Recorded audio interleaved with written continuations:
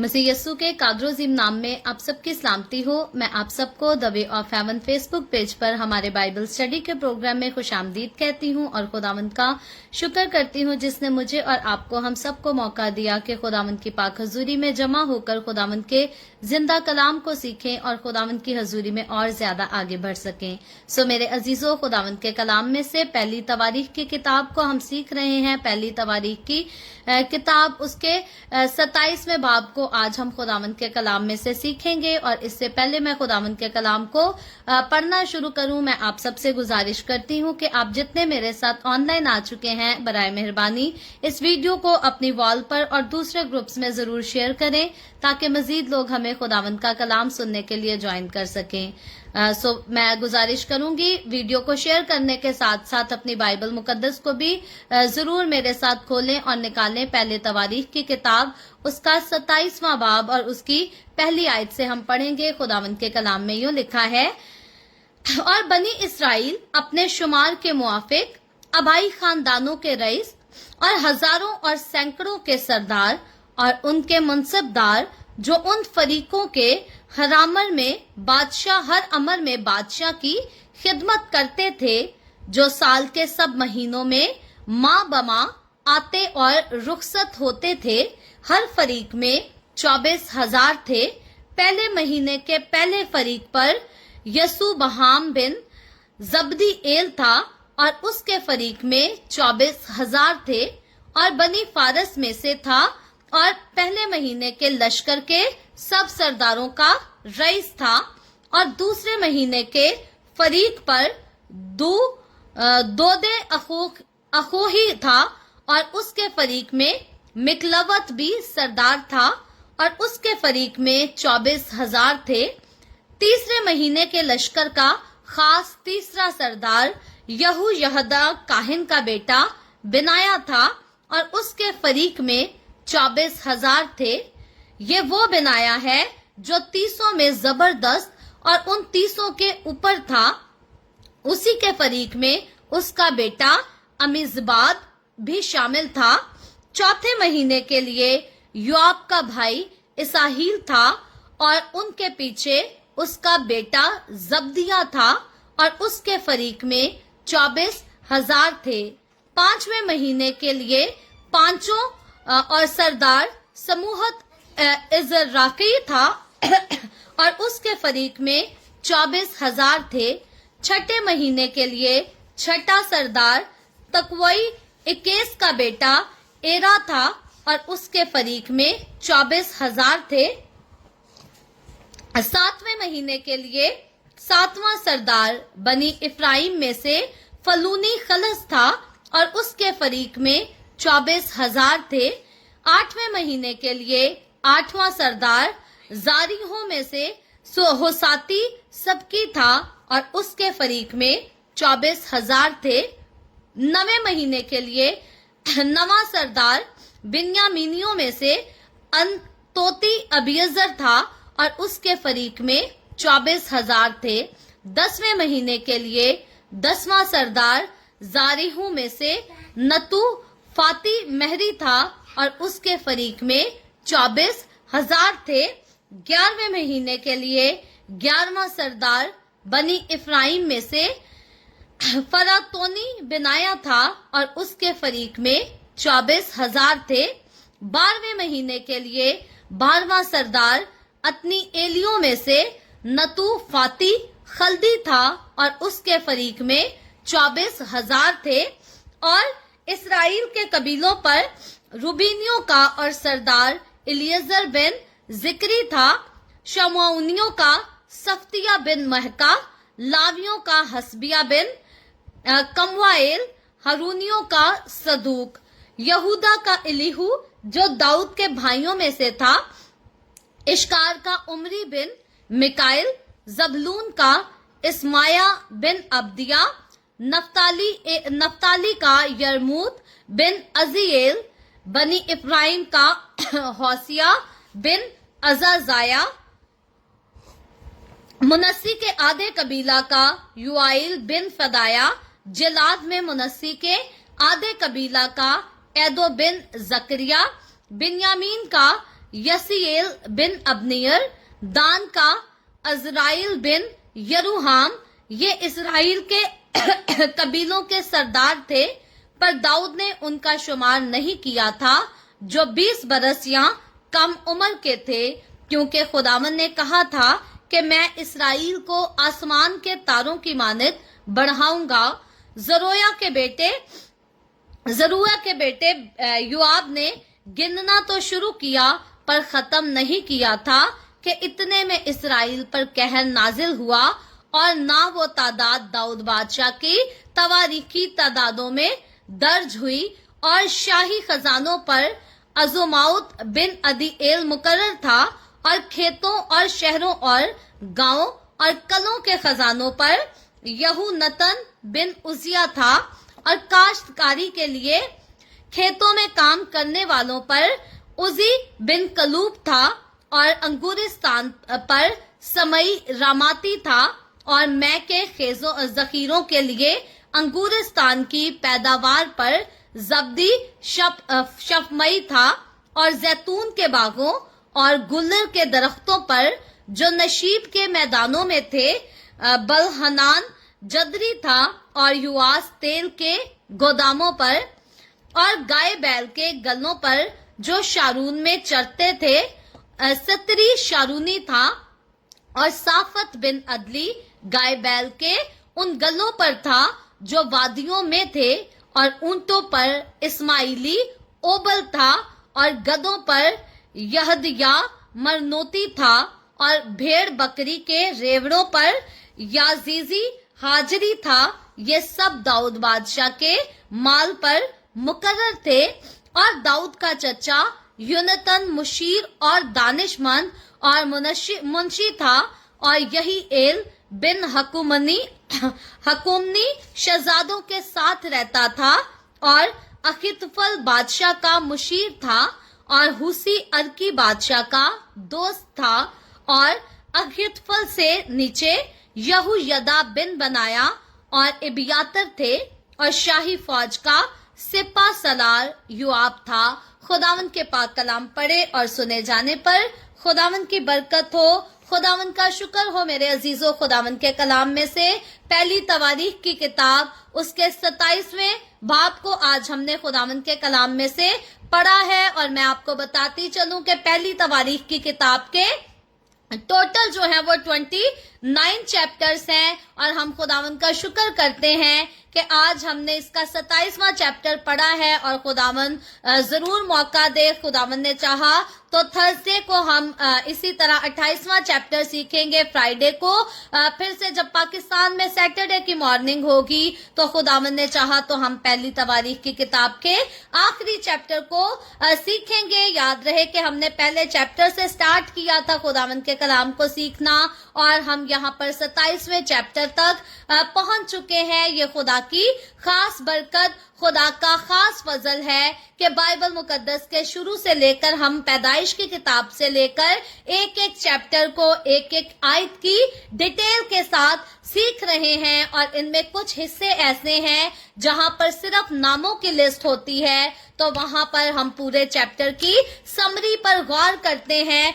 पूरे चैप्टर को इकट्ठा ही रिव्यू करते हैं, क्योंकि रीडिंग में जो है सिर्फ नामों की लिस्ट आती है। जैसा आज के चैप्टर में हमने सिर्फ नामों को ही पढ़ा है कि कौन सा शख्स कौन सा काम किया करता था, और ये इस्राएल के बादशाहों की हिस्ट्री की किताब है, जहां पर उनके नाम, उनके कामों की हिस्ट्री को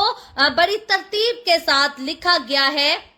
यादगारी के तौर पर। जब हम पहली तवारीख की किताब बुक ऑफ फर्स्ट क्रॉनिकल्स उसके 27 चैप्टर को पढ़ते हैं तो रीडिंग हम ऑलरेडी आज की कर चुके हैं, लेकिन इस चैप्टर में हम देखते हैं कि सरकारी और फौजी जो सरदार थे इस्राएल में, दाऊद के दौर की बात हो रही है, उनकी सारी लिस्ट को बड़ी तरतीब से यहाँ पर दिया गया है। اور ہر سال کے ہر مہینہ کے لیے الگ الگ 12 سردار جو ہے مقرر ہوا کرتے تھے. ہر مہینے نئے سرداروں کی ڈیوٹی ہوا کرتی تھی اور ان میں 16ویں آیت سے 24ویں آیت تک ہم جو ہے مختلف قبیلوں کے سرداروں کے بارے میں پڑھتے ہیں اور اس کے بعد 25ویں آیت سے چیپٹر کے آخر تک آ جائیں تو وہاں پر ہم شاہی دربار کے جو منصبدار تھے ان کے بارے میں ان کے ناموں کی لسٹ کو، ان کے ناموں کی فہرست کو بیان کیا گیا ہے. اور یہاں پر مملکت کی فوج کے قوانین جو ہے ان کا بھی بڑی ترتیب کے ساتھ بیان کیا گیا ہے. جب ہم داؤد بادشاہ کی طرف دیکھیں تو داؤد بادشاہ بخوبی جو ہے خود جب چھوٹی عمر میں تو ایک چرواہا تھا، لیکن جب بادشاہ کی عمر تک پہنچتا ہے، جب راجا کرنے کے وقت تک پہنچتا ہے، اپنے راجا کے دور تک پہنچتا ہے، تو اس وقت داؤد بادشاہ خود جو ہے ایک جنگی مرد تھا اور داؤد بادشاہ نے ایک مستقل فوج بنانے کے لیے خاص جو ہے تدبیر کر رکھی تھی اور بر وقت جیسے ہی ضرورت پڑتی تھی اسی طرح داؤد بادشاہ اس فوج کو طلب کر لیا کرتا تھا، بلا لیا کرتا تھا اور باری باری سے 24,000 مرد جو ہیں وہ ہمیشہ تیار رہتے تھے کہ کب کس کی ضرورت پڑے اور وہ اپنے بادشاہ کے، اپنے آقا کے کام آ سکے. اور پھر ان میں سے ہر مہینہ کی جو ہے ہر مہینے ان کی باریاں بدلا کرتی تھی، ان کی ڈیوٹیز بدلا کرتی تھی اور اسی طرح ان کی کل جو ٹوٹل تعداد تھی، ان کی ٹوٹل کوانٹٹی جو تھی وہ یاد رہے کہ 2,88,000 تھی تقریباً. اور غالباً یہ پوری مملکت کے جنگ کے قابل افراد کا تقریباً 5واں حصہ ان کی تعداد جو تھا. اور ان میں سے ہر گروہ پر ایک بڑا سردار مقرر ہوا کرتا تھا اور وہ جو بڑا سردار ہوا کرتا تھا اس کو سپاہ سالار کہا جاتا تھا. اور اسی طرح ہم دیکھتے ہیں کہ خدا کا بندہ داؤد جو ہے یہ بڑی حکمت سے معمور تھا اور بڑی ترتیب کے ساتھ، بڑی حکمت کے ساتھ ہر چیز کو داؤد نے ترتیب دیا ہوا تھا. اور ان سارے بڑے کمانڈروں کے نام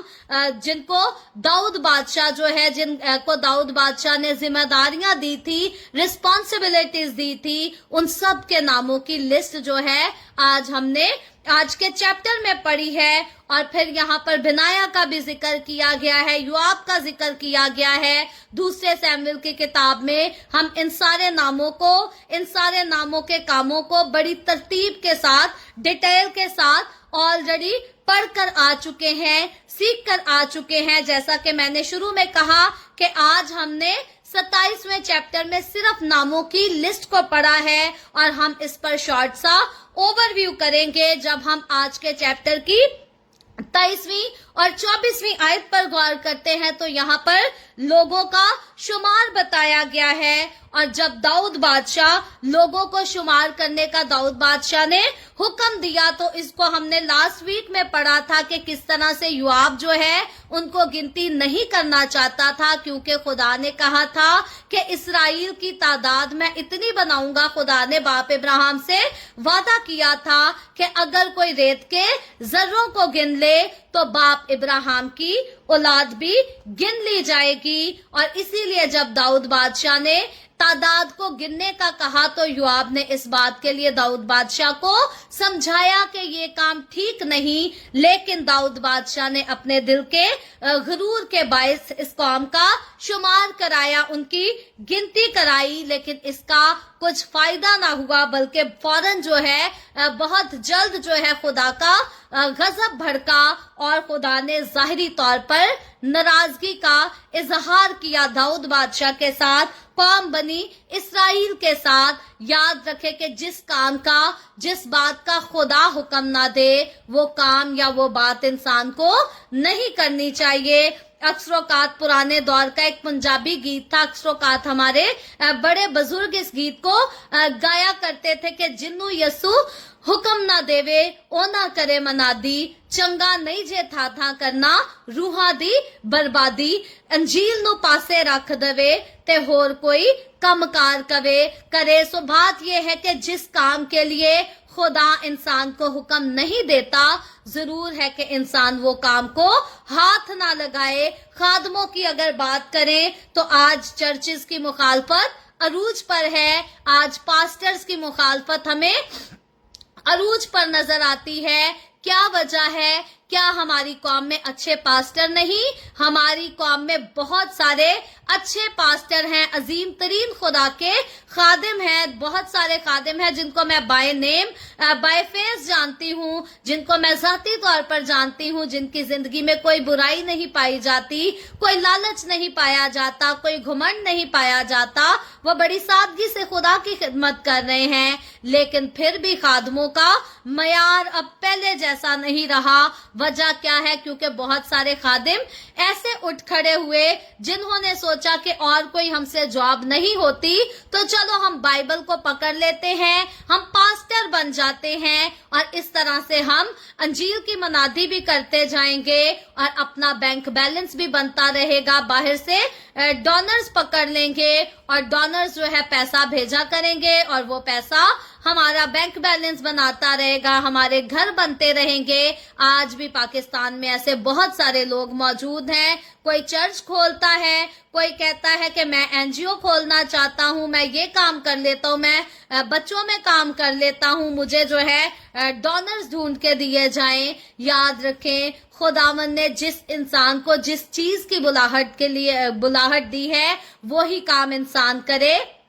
تو اس میں انسان کا اپنا بھی فائدہ ہے، اس کے گھرانے کا بھی فائدہ ہے، معاشرے کا بھی فائدہ ہے اور مسیح کی کلیسیا کا بھی فائدہ ہے۔ انسان ہوتے ہوئے مجھے اور آپ کو کبھی بھی صرف اپنی ذات کے لیے نہیں سوچنا چاہیے، ہمیں اس بات کا بخوبی علم ہونا چاہیے، نالج ہونا چاہیے کہ ہم جو کچھ کرتے ہیں، جیسا ہمارا رہن سہن، جیسے چلتے زندگی گزارتے ہیں، اس کا اثر صرف ہماری اپنی ذات پر نہیں بلکہ ہمارے گھرانے پر، ہمارے چرچ پر، ہمارے معاشرے پر اس کا اثر پڑتا ہے، اور ہمیں خداوند کا کلام پابند کرتا ہے کہ ہمیں دوسروں کے لیے ٹھوکر کا باعث نہیں بننا۔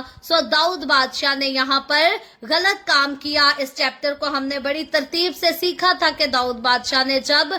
اس طرح سے گنتی کرائی تو کس طرح سے خدا کا غضب نازل ہوا، بہت سے اسرائیلی مارے گئے، بہت سے اسرائیلیوں کو ہلاک ہونا پڑا، اور آخرکار قربانی چڑھا کر خدا کو منایا گیا اور خدا کے قہر کو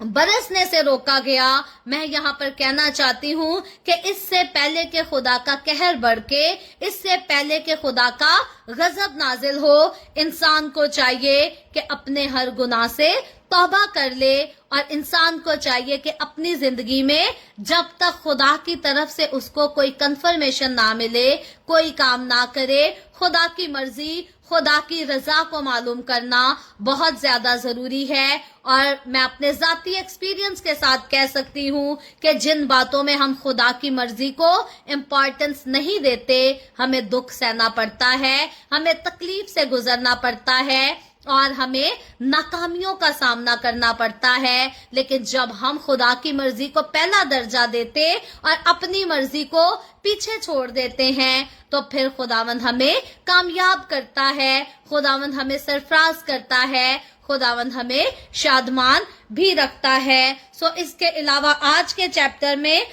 کچھ لوگوں کا ذکر کیا گیا ہے، 31ویں آیت سے چیپٹر کے آخر تک جو ہے ان لوگوں کا ذکر کیا گیا ہے جو درباری منصبدار لوگ ہوا کرتے تھے، اور داؤد بادشاہ کے ہر قسم کے مال پر ان لوگوں کو مقرر کیا گیا تھا، جس میں بادشاہ کے یعنی کہ داؤد بادشاہ کے کھیت شامل تھے، پھر انگورستان اور پھر زیتون کے باغ، گائے بیل کے گلے شامل تھے، اور اس کے بعد اونٹ تھے بادشاہ کے، گدے تھے اور بھیڑ بکریوں کے ریوڑ شامل تھے، اور ان سارے کاموں پر داؤد بادشاہ نے منصبداروں کو مقرر کر رکھا تھا۔ اور یہ انتظام اس زمانہ کی سیدھی سادی زندگی کے مناسب بہت اچھا انتظام تھا جو داؤد بادشاہ نے کر رکھا تھا۔ اور داؤد بادشاہ کے اگر اپنی طرف غور کریں، داؤد بادشاہ کی زندگی پر غور کریں، اس کے عہدے پر غور کریں तो दाऊद बादशाह एक जबरदस्त सिपाही भी था और एक नामवर, उस वक्त के उस दौर के हिसाब से एक नामवर आलिम भी था, और फिर इस्राइल की तारीख का अजीम बादशाह, वो अजीम बादशाह था जिसके लिए खुदा ने कहा कि मुझे मेरे दिल की पसंद के मुआफिक मिल गया। मगर साथ ही हम देखते हैं कि दाऊद बादशाह अपनी जायदाद को भी बड़े मुंतज़िम तरीके के साथ और खूबसूरती के साथ संभाले हुए था, और मुख्तलिफ लोगों की रिस्पॉन्सिबिलिटीज लगाई थी दाऊद बादशाह ने, जो कि हर चीज की रिस्पॉन्सिबिलिटी को बाखूबी एहतियात के साथ निभा भी सके। और बादशाह, दाऊद बादशाह के जाती खादमों में कुछ लोग शामिल थे, और जो लोग शामिल थे वो याद रहे कि दनाई और हिकमत में बहुत ज्यादा आगे नुमाया नजर आने वाले लोग थे। और इसके बाद आज के चैप्टर में दाऊद बादशाह के चचा का भी हमने जिक्र पढ़ा है। दाऊद बादशाह के चचा जो थे वो बहुत ही अक्लमंद आदमी थे, और इनको मुंशी भी कहा जाता है। और ना सिर्फ दाऊद बादशाह का ये चचा जो था सियासी मामलात का माहिर था, बल्कि ये पाक नविश्तों का भी बड़ा जबरदस्त आलिम था। इसको पाक नविश्तों का बाखूबी इल्म था, डीप नॉलेज था उस वक्त के हिसाब से, और इसीलिए वो उस दाऊद बादशाह का मशीर भी था। और फिर इसी तरह ये दयानतदारी के साथ दाऊद बादशाह के हजूरी में खिदमत करता था। रिश्ते में तो चचा था, लेकिन जो अहमियत, जो इज्जत खुदा ने दाऊद बादशाह को दी थी, उस इज्जत की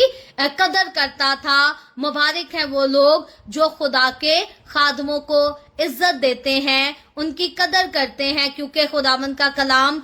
खुदा के खादमों के लिए वादा रखता है कि इज्जत तेरी बदावेगा याकूब दा खुदा। लेकिन याद रखें, जिनकी इज्जत याकूब का खुदा बढ़ाता है, कई बार उनके अपने ही उनसे जेलिस होने लगते हैं, उनसे जलन करने लगते हैं। लेकिन जब खुदा किसी की इज्जत को बढ़ाता है तो जरूर है कि हम उसकी इज्जत को देखकर जेलिस ना हो, जल ना जाए, बल्कि खुश हों, खुदा की शुक्रगुजारी करें और खुद भी उस इंसान की इज्जत करना सीखें। फिर चाहे वो इंसान उम्र में हमसे छोटा है, बड़ा है, रुतबे में हमसे छोटा है या बड़ा है, जिसकी इज्जत खुदा बढ़ा दे, जरूर है कि हम भी उसकी इज्जत ही करें। सो खुदावंद आज के कलाम के वसीला से मुझे और आपको,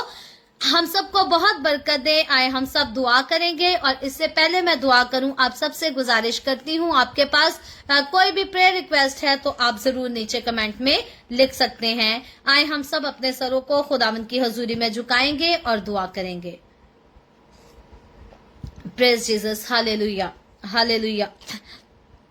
प्यार से भरे जिंदा आसमानी बाप, मैं तेरे प्यारे बेटे अपने प्यारे खुदावंद यीशु मसीह नासरी के नाम में तेरे कदमों में आती हूँ। तेरी शुक्रगुजारी करती हूँ उस वक्त के लिए जो तूने हमें बख्शा, ताकि हम तेरे कदमों में आकर तेरे जिंदा कलाम को सीखें, तेरी पाक हजूरी में आगे बढ़ सकें। ऐ बाप आसमानी, जितने लोग मेरे साथ ऑनलाइन आए हैं, तेरे पाक कलाम को सुनने के लिए, सीखने के लिए, अपने तमाम लोगों को छू और बड़ी कसरत से बरकत दे, फजल दे के तेरे लोग तेरे कलाम को सुनते हुए, सीखते हुए, एहतियात करके इस पर अमल करें